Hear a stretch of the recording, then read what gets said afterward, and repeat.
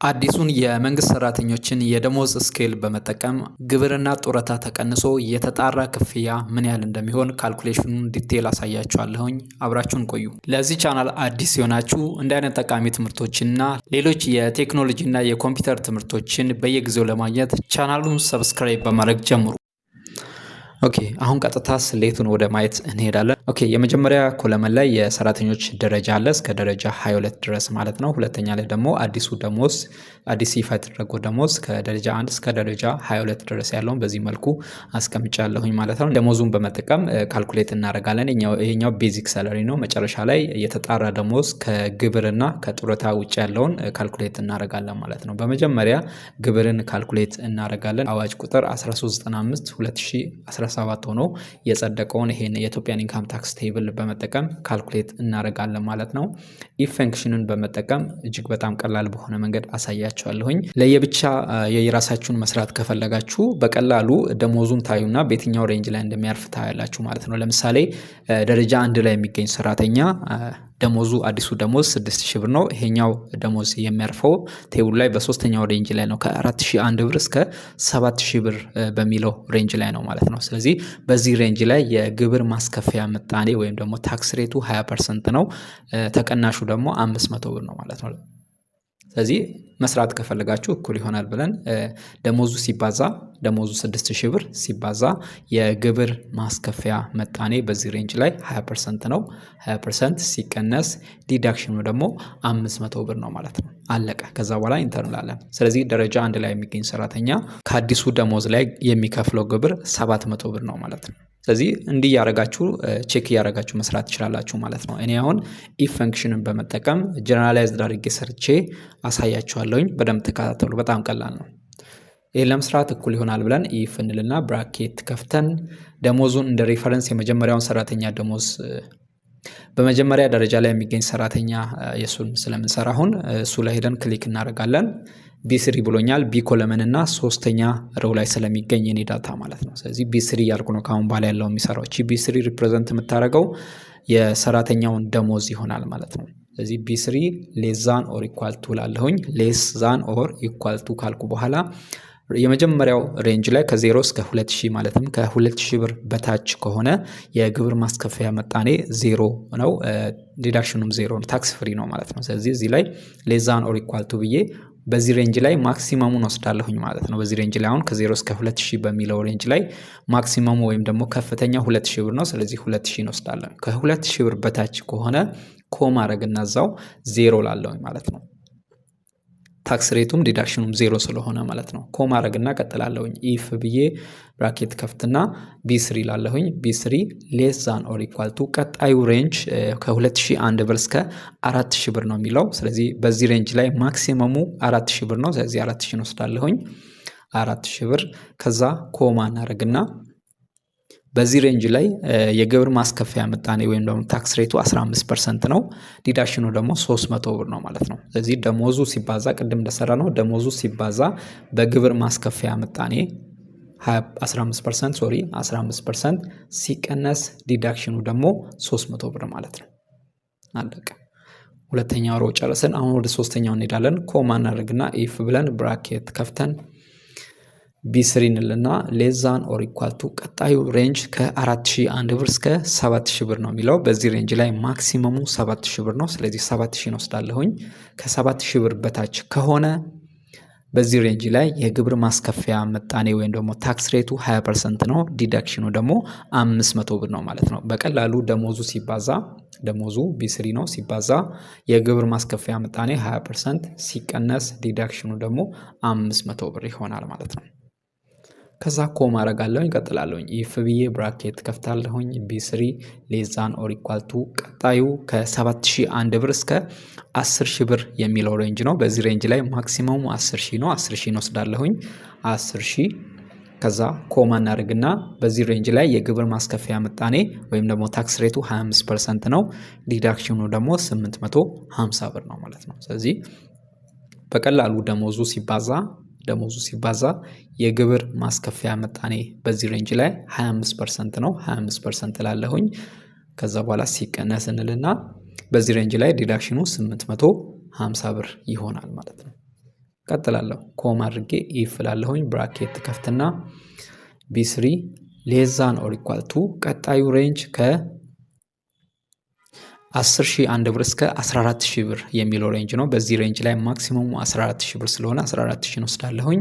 14,000 ከዛ ኮማ እናደርግና ደሞዙ ሲባዛ የግብር ማስከፈያ ምጣኔ በዚህ ሬንጅ ላይ 30% ነው። ስለዚህ 30% ላለሁኝ 30% ከዛ በኋላ ሲቀነስ እንልና ዲዳክሽኑ በዚህ ሬንጅ ላይ 1350 ብር ነው። ስለዚህ 1350 ብር ላለሁኝ ማለት ነው። ቀጥላለሁኝ። ኮማ አድርጌ ኢፍ የመጨረሻው ማለት ነው።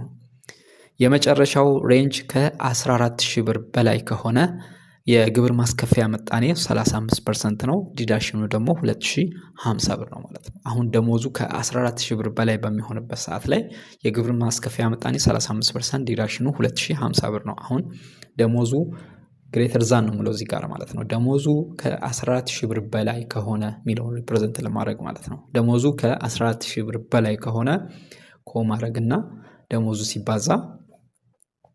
ደሞዙ ሲባዛ የግብር ማስከፈያ ምጣኔ በዚህ ሬንጅ ላይ 35% ነው። ሲቀነስ እንልና ዲዳክሽኑ በዚህ ሬንጅ ላይ 2050 ብር ነው ማለት ነው። አለቀ። በዚህ መልኩ ፎርሙላውን አስገባን። ጀነራል ፎርሙላውን አሁን ያስገባ ነው። በዚህ መሰረት ቀሪውን ድራግ አድርገን ራሱ እንዲሰራለን ማድረግ እንችላለን ማለት ነው። አሁን የሚቀረ ምንድነው? ብራኬቶችን በከፈትነው ብራኬት ልክ እንዘጋዋለን ማለት ነው። አሁን ይህን ለማስረዳት ያህል እዚህ ከመጀመሪያ ጀምሮ ብራኬት እየከፈትን ነው እንጂ እየዘጋን አይደለም። ይሄው አንድ ብራኬት እዚህ ጋር ከፍተናል፣ 2 3 4 ከዛ 5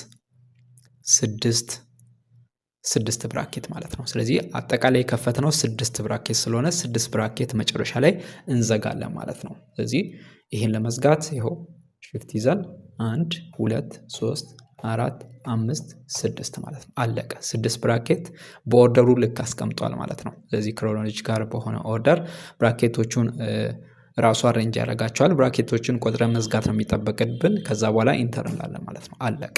ይሄው የመጀመሪያ ደረጃ ላይ የሚገኝ ሰራተኛ የሚቆረጥበት ግብር 700 ብር ነው ማለት ነው። ቀሪውን እዚች ጋር ዶቷን ይዘን ወደ ታች ድራግ እናደርጋለን፣ ወይም ደግሞ ያቺ ዶቷ ላይ ሌፍት ክሊክ ደብል ክሊክ እናደርጋለን ማለት ነው። ደብል ክሊክ አለቀ። በምትመለከቱት መልኩ በሁሉም ደረጃ ላይ የሚገኘውን ሰራተኛ ግብርን ካልኩሌት አደረገ በራሱ ማለት ነው። ከኛ የሚጠበቀው የመጀመሪያውን በፈንክሽን መስራት ነው የሚጠበቅ ማለት ነው። ስለዚህ አሁን እዚህ ላይ ደረጃችሁን ክሮስ ቼክ እያደረጋችሁ የሚቆረጥባችሁን ግብር ካልኩሌት። ስለዚህ በዚህ መሰረት ደረጃችሁን እዚህ ላይ ቼክ እያደረጋችሁ ምን ያህል ግብር እንደሚቆረጥባችሁ ቼክ ማድረግ ትችላላችሁ ማለት ነው። ካልኩሌሽኑ ይሄን ይመስላል። ግልጽ ያለው ነገር ካለ ጥያቄ ኮሜንት ሴክሽን ላይ ማስቀመጥ ትችላላችሁ ማለት ነው። አሁን ቀጣይ የሰራተኛውን ጡረታ ወደ ማስራት እንሄዳለን። በቀጣይ አሁን የሰራተኛውን ጡረታ ካልኩሌት ወደ ማድረግ እንሄዳለን። ይህን ካልኩሌት ለማድረግ እዚህ ጋር ክሊክ እናደርግና እኩል ይሆናል ብለን የሰራተኛው ጡረታ መዋጮ 7% ነች። ስለዚህ ቤዚክ ሰለሪው ሲባዛ 7% ኮንትሪቢሽን ማለት ነው። ስለዚህ ደሞዙ በ7% ይባዛል። ሲምፕሊ አለቀ። ከዛ ኢንተር ማለት ነው የሚጠበቅብን። ይኸው 420 ብር ደረጃ 1 ላይ የሚገኝ ሰራተኛ የጡረታ መዋጮው 420 ብር ይሆናል ከአዲሱ ደሞዝ ማለት ነው። ቀሪዎቹን እዚህ ጋር ደብል ክሊክ ማድረግ እንችላለን፣ ወይም ደግሞ ድራግ ማድረግ ደብል ክሊክ እናደርጋለን። ይኸው በዚህ መልኩ ጡረታውን በዚህ መልኩ ካልኩሌት ማድረግ እንችላለን ማለት ነው። በመቀጠል ደግሞ ኔት ሰለሪ ካልኩሌት እናደርጋለን። ይሄ ማለት ከአዲሱ ደሞዝ ግብርና ጡረታ ተቀንሶ እጅ ላይ የሚደርሰው የተጣራ ደሞዝ ማለት ነው። ስለዚህ ይሄን እኩል ይሆናል ብለን ደሞዙ ሲቀነስ እንልና ከዛ ብራኬት ከፍተን ሁለቱ ይደመራል። ግብርና ጡረታ አንድ ላይ ስለሚቀነስ ማለት ነው። ስለዚህ ግብር ሲደመር ጡረታ 7%፣ ከዛ ብራኬቷን እንዘጋለን፣ ከዛ ኢንተር እንላለን። አለቀ። ይሄው አሁን ደረጃ 1 ላይ የሚገኝ ሰራተኛ ቤዚክ ሳላሪው 6000 ብር ነበረ። የተጣራው ደሞዝ ደግሞ 4880 ብር ይሆናል ማለት ነው። ቀሪውን እዚህ ጋር ደብል ክሊክ እናደርጋለን። ስለዚህ በዚህ መልኩ የተጣራ ደሞዝ ካልኩሌት ማድረግ እንችላለን ማለት ነው።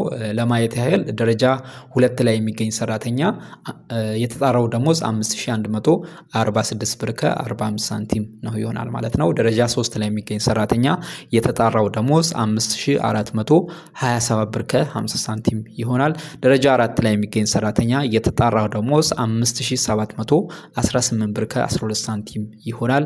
ደረጃ 5 ላይ የሚገኝ ሰራተኛ የተጣራው ደሞዝ 6010 ብር ከ52 ሳንቲም ይሆናል። ደረጃ 6 ላይ የሚገኝ ሰራተኛ የተጣራው ደሞዝ 6309 ብር ከ72 ሳንቲም ይሆናል። ደረጃ 7 ላይ የሚገኝ ሰራተኛ የተጣራው ደሞዝ 6615 ብር ከ04 ሳንቲም ይሆናል። ደረጃ 8 ላይ የሚገኝ ሰራተኛ ይሄ ማለት በዜሮ የዲግሪ ምሩቅ ሆኖ በዜሮ ሲቀጠር ማለት ነው። ደረጃ 8 ነው የሚሆነው። ደረጃ 8 ላይ የሚገኝ ሰራተኛ የተጣራው ደሞዝ 8595 ብር ይሆናል። ደረጃ 9 ላይ የሚገኝ ሰራተኛ የተጣራው ደሞዝ 9266 ብር ከ58 ሳንቲም ይሆናል። ደረጃ 10 ላይ የሚገኝ ሰራተኛ የተጣራው ደሞዝ 10001 ብር ከ16 ሳንቲም ይሆናል። ደረጃ 11 ላይ የሚገኝ ሰራተኛ የተጣራው ደሞዝ 10740 ብር ከ14 ሳንቲም ይሆናል። ደረጃ 12 ላይ የሚገኝ ሰራተኛ የተጣራው ደሞዝ 11531 ብር ከ84 ሳንቲም ይሆናል። ደረጃ 13 ላይ የሚገኝ ሰራተኛ የተጣራው ደሞዝ 12396 ብር ከ4 ሳንቲም ይሆናል። ደረጃ 14 ላይ የሚገኝ ሰራተኛ የተጣራው ደሞዝ 13339 ብር ከ12 ሳንቲም ይሆናል። ደረጃ 15 ላይ የሚገኝ ሰራተኛ የተጣራው ደሞዝ 14368 ብር ከ4 ሳንቲም ይሆናል። ደረጃ 16 ላይ የሚገኝ ሰራተኛ የተጣራው ደሞዝ 15490 ብር ከ34 ሳንቲም ይሆናል። ደረጃ 17 ላይ የሚገኝ ሰራተኛ የተጣራው ደሞዝ 16715 ብር ከ30 ሳንቲም ይሆናል። ደረጃ 18 ላይ የሚገኝ ሰራተኛ የተጣራው ደሞዝ 18051 ብር ከ62 ሳንቲም ይሆናል። 19ኛ ደረጃ ላይ የሚገኝ ሰራተኛ የተጣራው ደሞዝ 19499 ብር ከ88 ሳንቲም ይሆናል። ይሄ ያው ይጠጋጋል በኋላ ማለት ነው። ደረጃ 20 ላይ የሚገኝ ሰራተኛ የተጣራው ደሞዝ 21079 ብር ከ22 ሳንቲም ይሆናል። ደረጃ 22 ላይ የሚገኝ ሰራተኛ የተጣራው ደሞዝ 22801 ብር ከ24 ሳንቲም ይሆናል። ደረጃ 22 ላይ የሚገኝ ሰራተኛ ደግሞ የተጣራው ደሞዝ 24670 ብር ይሆናል ማለት ነው። ስለዚህ በዚህ መልኩ የተጣራውን ደሞዝ ማወቅ እንችላለን ማለት ነው። ዝቅተኛው ማለትም ደረጃ 1 ላይ የሚገኝ ሰራተኛ የተጣራው ደሞዝ 4880 ብር ነው። ማክሲመሙ ደረጃ 22 ላይ የሚገኝ ሰራተኛ ደግሞ የተጣራው ደሞዝ 24670 ብር ነው ማለት ነው። ያው የጨመረ ነው የሄደው ማለት ነው። ስለዚህ በዚህ መልኩ የተጣራውን ደሞዝ ካልኩሌት ማድረግ እንችላለን ማለት ነው። አይ ቲንክ ግልጽ ይመስለኛል። ግልጽ ያልሆነ ነገር ካለ ኮሜንት ሴክሽን ላይ ጥያቄያችሁን ማስቀመጥ ትችላላችሁ። ለቻናላችን አዲስ የሆናችሁ ቻናሉን ሰብስክራይብ በማድረግ አበረታቱን። ሌላ ደግሞ እንዲሰራላችሁ የምትፈልጉት ትምህርት ካለ ዲስክሪፕሽን ቦክስ ላይ ማስቀመጥ ትችላላችሁ። በዚህ ቻናል ላይ የተለያዩ የአካውንቲንግ ትምህርቶችን ታገኛላችሁ። እንዲሁም ደግሞ የአይቲ ተማሪዎች ወይም ደግሞ የኮምፒውተር ሳይንስ ተማሪዎች ካላችሁ ለእናንተም የሚሆን የፕሮግራሚንግ ጃቫ ሊሆን ይችላል፣ ሲ ፕላስ ፕላስ፣ ዌብሳይት ዲዛይን እነዚህን የመሳሰሉ ትምህርቶችን ቲዩቶሪያሎችን እያዘጋጀንላችሁ ነው። በሰዓቱ ይደርሳችኋል ማለት ነው። ስለዚህ እነዚህ ትምህርቶች ሰፋ አድርገን ስለምናዘጋጅላችሁ እናንተም ቻናላችን ሰብስክራይብ በማድረግ ጠብቁን እንላለን። እናመሰግናለን።